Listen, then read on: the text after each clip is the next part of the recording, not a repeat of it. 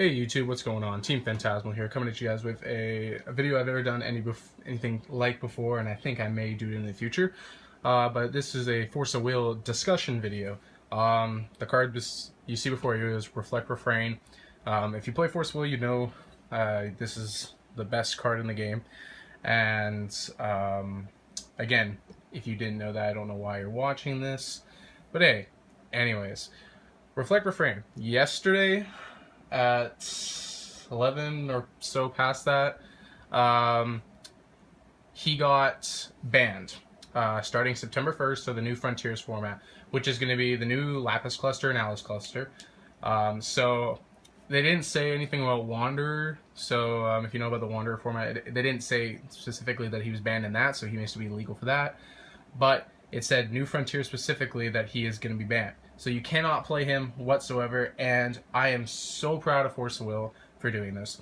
This card alone broke the meta. This card was insanely strong and just absolutely too good. In the article that they posted about why this happened and all their consideration stuff, I will link it down in below so you guys can read it for yourself. But what they described it was exactly some of the thought processes that competitive Force of Will players go through their head when building decks and stuff. And they specifically nail it. Like, they know what they're doing. And just with this article, it just made me realize again how much that Force of Will cares about the game. They care about how healthy it is, and they want this card game to become one of the best. Like this, they're striving for that. That this game has so much potential, and with this hit on RR, I definitely think it's definitely in the right direction. I'm very proud of Force of Will for this decision, and I completely 100% back it, because when you're building decks, I don't want the first thought to always come to my mind, and when it does, how do I counter RR? Like, how can one card make you think about that before you even start building a deck? Like, that's insane. It's just, the card's way too powerful, and this card just literally is just something that's been in the meta for a long time now and has been dominating. And since the release of Battle for Ataraxia, you've seen less and less diversity in decks because of RR and the Mother Father Riza combo Chance Standby deck. That's like at the most recent event that I saw, the 6 of the top 8s were pretty much the exact same deck except for a couple of tech choices and stuff. Force Will is known for having quite a bit of diversity in the recent months and stuff like that.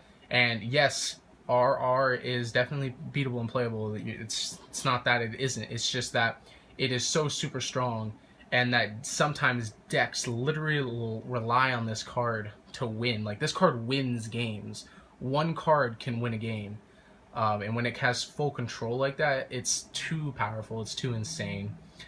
I don't know, I'm really happy about this hit, and I think everybody else should be. I can definitely understand maybe sometimes the frustration that some people feel from this hit. Like, I was reading in the comments of their official Facebook page. I wanted to read over what people were thinking and their thoughts and everything. I saw some people completely outraged, but the majority of the time I saw mostly support and favor for this decision. But I did see, from a competitive standpoint, this could be quite a hindrance to some people. But I heard some people say, like, oh, all of my decks are invested in RR, I can't play anymore. And I'm just like, okay, man, if you're saying that your 40 card deck cannot function without one card. Do you realize how broken that sounds, and how much that you relied on RR to win all of your games if your deck cannot function like that? I currently only have one RR deck at the time, and that's only to play for playtesting reasons. It's a good deck to playtest against at a competitive standpoint. I don't play it myself. All of my decks are either I have 2 Wanderer decks right now, and then 5 Alice Cluster decks. The reason this is because my local started doing stuff like that, and RR just happened to be something that, you know, if you're going to test, you might as well test against the best, right? But now that he's hit, it's just going to make diversity amazing. Like, Shion will definitely take over as the number one spot. I definitely believe 100% that Shion is going to be the next best ruler. She is very, very strong and has a lot of diversity as well. But I can see other decks now coming into play too. Like Blazer is going to get a lot more play now. Dark Alice. Oh my god, Dark Alice. I'm so happy about Dark Alice. She's one of my favorite rulers. And now she actually has a time to shine, possibly. Because now that he's out of the way, you can actually look at other rulers and see the benefits that they can give your deck, other than just being like, cool, I can filter, I can boost, I can recover, oh, I'm free, okay, I just did that for no reason, okay, I can bounce, I cancel, I search for anything. It's just, oh, it's too insane. Because when you're weighing the options of like an event and seeing how good, what ruler could be good and what ruler is the best, it's just kind of like you always ask yourself, why would I play this over RR? It's just like, why? And now that question with this decision they've made has completely went out the window, and people can get creative with decks more now.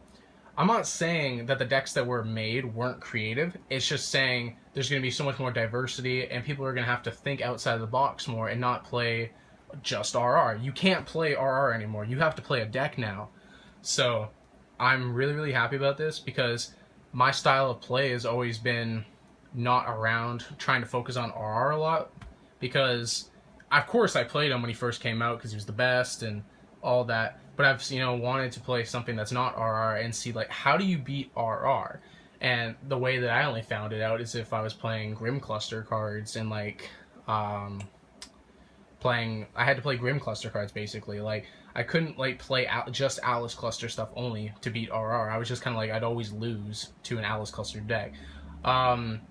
With Battle for Ataraxia, Black Moonbeam was a card that, in my opinion, was solely made just to counter this card. There was no other reason that that card should have been made, because I was only happy about that card being made because I was like, yes, great, there's actually a counter to RR now. That's fantastic.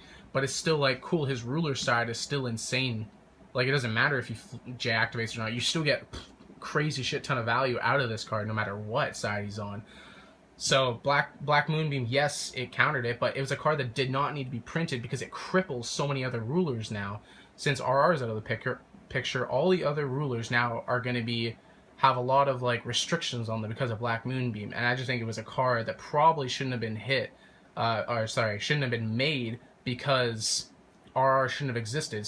Because in my opinion, if RR didn't exist, Black Moonbeam wouldn't exist, and then that threat against other J rulers wouldn't be so powerful as well. And again, that also brings down so that Blazer gets a little bit less playability, because Black Moonbeam is a thing, but still Blazer's like dual coloring thing is still good. But then again, dual stones are back again now too, and then with the new starter decks and the new Lapis Cluster rulers coming out, there's gonna be a lot more diversity, I think, coming up in the format.